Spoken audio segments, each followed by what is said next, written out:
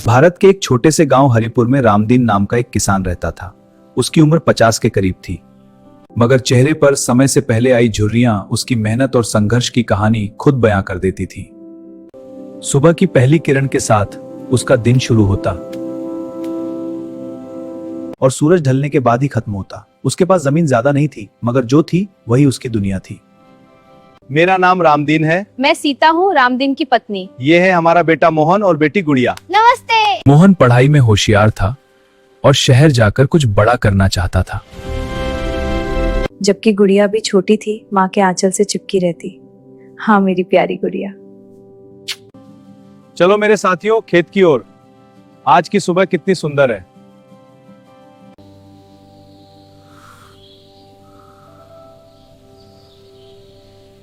हे भगवान, इस बार फसल अच्छी हो जाए।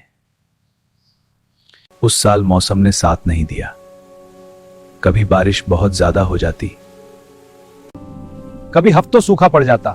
बीज महंगे हो गए थे और खाद के दाम आसमान छू रहे थे। साहूकार जी, बच्चों की पढ़ाई और घर का खर्च चलाने के लिए मुझे कर्ज चाहिए। हाँ रामदीन, बताओ कितना चाहिए? 15,000 साहूकार जी। इतना कर्ज मत लो जी, जैसे तैसे काम चला लेंगे। मगर रामदीन जानता था कि अगर इस बार होने मुश्किल होगा। मगर रामदीन जानता था कि अगर इस बार फसल नहीं बोई तो अगला साल और भी मुश्किल होगा। फसल उगने लगी।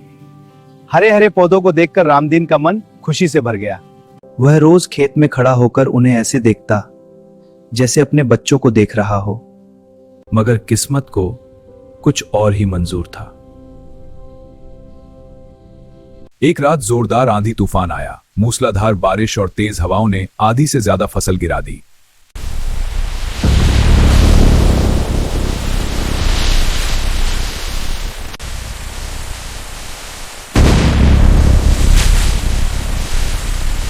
सुबह जब रामदीन खेत पहुंचा तो उसकी आंखों से आंसू बहने लगे। मेहनत फिर मिट्टी में मिल गई। एक घायल गाय दिखी। पैर में गहरी चोट थी और वह चल नहीं पा रही थी। आवाज में चल रहा है। गांव के लोग उसे देखकर आगे बढ़ जाते, मगर रामदीन रुक गया। उसने गाय को पानी पिलाया, अपने गमछे से घाव साफ किया और घर ले आया। देखो सीता, घर के लिए नई गाय ले आया। घर में खुद खाने को ठीक से नहीं है, इसे कैसे पालेंगे? चिंता मत करो। अगर आज हम इसे छोड़ देंगे तो इंसान कहलाने लायक नहीं रहेंगे। रामदीन रोज गाय की सेवा करता।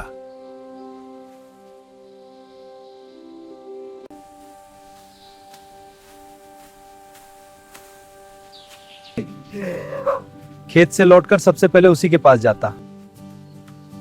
गाय, मैं आ गया, ये लो ताजा चारा। धीरे धीरे गाय ठीक होने लगी।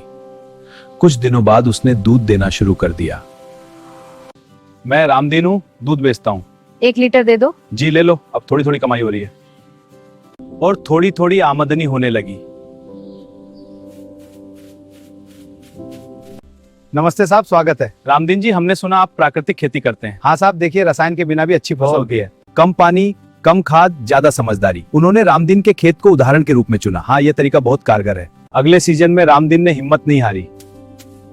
उसने वही बची खुची जमीन पर फिर से खेती की। इस बार बारिश समय पर हुई और फसल भी शानदार हुई। अनाज इतना हुआ कि न सिर्फ कर्ज चुक गया, बल्कि कुछ बचत भी हो गई। मोहन की पढ़ाई शहर में जारी रही। गुड़िया स्कूल जाने लगी। घर में फिर से हंसी लौट आई।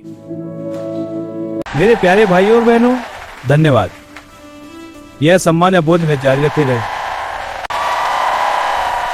मुझे इस राज का सम्मान मिला है। मैं इस पर गर्व महसूस कर रहा हूँ। कोई बड़ा आदमी नहीं हूं, बस इतना जानता हूं कि मेहनत और इंसानियत कभी बेकार नहीं जाती।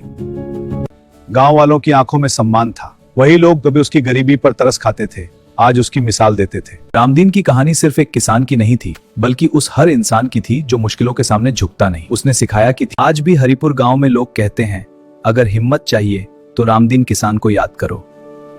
जो दूसरों का दर्द समझता है, भगवान उसका दर्द खुद हर लेता है। अच्छाई कभी खाली नहीं जाती।